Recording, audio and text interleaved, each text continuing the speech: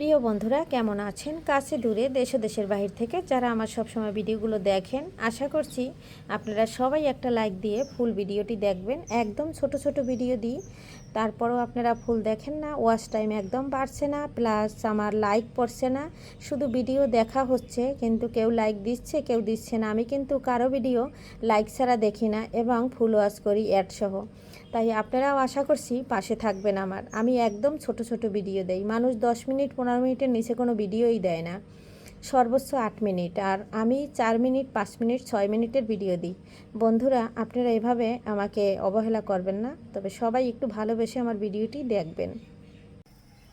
নমস্কার বন্ধুরা, কেমন আছেন? আজকে আপনাদের সাথে শেয়ার করব পটল ভাজার রেসিপি। পটলটা ভালো করে কেটে বন্ধুরা, পটলটা খুব সুন্দর করে কেটে নিয়েছি। কেটে ধুয়ে পরিষ্কার করে একটু লবণ মেখে নিলাম। লবণটা মেখে নিয়ে এখন হলুদ দিয়ে দেবো। আমি পাপড়ি কিচেন অ্যান্ড ব্লগ থেকে চলে আসলাম একদম সহজ একটা রেসিপি নিয়ে। আমি জানি পটল ভাজতে সবাই পারে, তবে এইভাবে পটলটা ভাজলে আমার ছেলে কিন্তু পটল খেতে চায় না, কিন্তু আমি যদি এইভাবে কেটে পটলটা ভাজি তাহলে ও চেটে পুটে খেয়ে নেয়। তাই ভাবলাম ঘরে যেহেতু পটল আছে, পটলটা আমি এভাবে কেটে ভেজে নিই, কারণ আমার বাবুও এভাবে গরম ভাতের সাথে পটল ভাজা খেতে পছন্দ করে। একটু হলুদ একটু লবণ দিয়ে ভালো করে মেখে নিলাম। এখানে আমি মরিচটা দিচ্ছি, কাঁচামরিচ দেবো কিছু তেলের উপর এর জন্য। তবে এই যে ভালো করে মেখে নিচ্ছি। কড়াইটা চুলার উপর দিয়ে দিয়েছি। এখন আমি তেলটা দিয়ে দিলাম। এখানে সবগুলো সাথে দিয়ে দিচ্ছি, দিয়ে একটু নেড়ে ছেড়ে দিয়ে আমি একটা ঢাকনা দিয়ে ঢেকে দিচ্ছি, যাতে আমার পটলগুলো একসাথে ভাজা হয়ে যায়। ঢেকে দিলাম। ঢাকনাটা একটু উল্টিয়ে নেড়ে দিচ্ছি। পটল থেকে অনেকটা নিজস্ব জল বের হয়, এর জন্য এখানে কোনোভাবে জল দেওয়ার কোনো প্রয়োজন নেই। মাঝে মাঝে একটু নেড়ে দিচ্ছি। আর আপনারা চাইলে এক একটা করেও ভেজে নিতে পারেন। যেহেতু তেলের পরিমাণটা কম লাগছে, সেক্ষেত্রে আমি এভাবে তাড়াতাড়ি ভেজে নিচ্ছি। এখন একটু উল্টে দিচ্ছি। উল্টে পাল্টে আবার একটু ঢাকনা দিয়ে ঢেকে দিচ্ছি।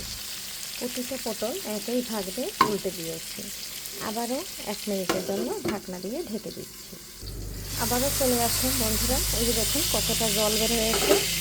না দেখলে বিশ্বাস করবেন না। এই জন্য পটল ভাজায় আমি কখনোই জল দেই না। আর এভাবে ভাজি ভিতরের পটলের জলটা একদম শুকিয়ে যায়। প্রতি বছর বিভিন্ন ধরনের পটলের রেসিপি করি, এবছর করলাম না। আর এইভাবেই বেশিরভাগ ভেজে খাচ্ছি, তাই ভাবলাম আপনাদের সাথে একটু শেয়ার করি। এখন আর ঢাকনা দিয়ে ঢাকার কোনো প্রয়োজন নাই। এই পাশটা একটু হইলে তারপরে আবার অপর পাশটা ঘুরিয়ে একটু করে নেব। বন্ধুরা, এই যে এ পাশটাও ফিরিয়ে নিলাম। এখন এখানে 3-4টা কাঁচামরিচ দিয়ে ভেজে নেব।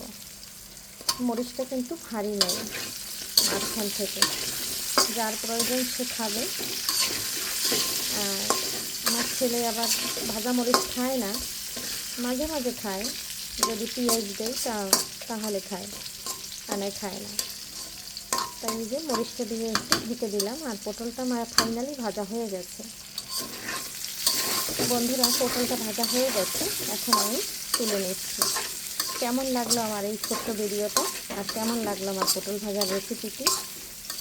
কারণ বন্ধুরা, আর ভিডিও দিতে ভালো লাগছে না, কারণ এত ছোট ছোট করে ভিডিও দেয়, তাও মানুষ ফুল দেখে না এবং ভিউ হচ্ছে না এবং লাইকও পড়ছে না, কোনো কিছুই ভালো লাগছে না। বুঝতে পারছেন বন্ধুরা? এলো আমার ভাগ্য। তাই কিছুই ভালো লাগছে না, না ভিডিও করতে, না ভিডিও দিতে। এত ছোট ভিডিও দেই, 5 মিনিট 6 মিনিট, তাও ভিউ হচ্ছে না, লাইক হচ্ছে না। তাই আজকে আপনাদের মাঝে আরও ছোট একটা ভিডিও শেয়ার করলাম। পটলটা ভাজা একদম হয়ে গেছে। বন্ধুরা, এই যে পটলটা ফাইনাল লুক, নামিয়ে নিচ্ছি। দেখুন, ফাইনালি পটলটা একদম নামিয়ে নিয়েছি। আর এই যে দেখুন 6টা মরিচ 7টা মরিচ দিয়ে ভেজে নিয়েছি। আর কেমন লাগলো আমার পটল ভাজাটা, একদম সহজ সরল রেসিপি, জানাতে কিন্তু ভুলবেন না। আজকের মতো বিদায় নিচ্ছি। সবাই ভালো থাকুন, সুস্থ থাকুন। আবারও দেখা হবে নতুন কোনো রেসিপিতে। বাই।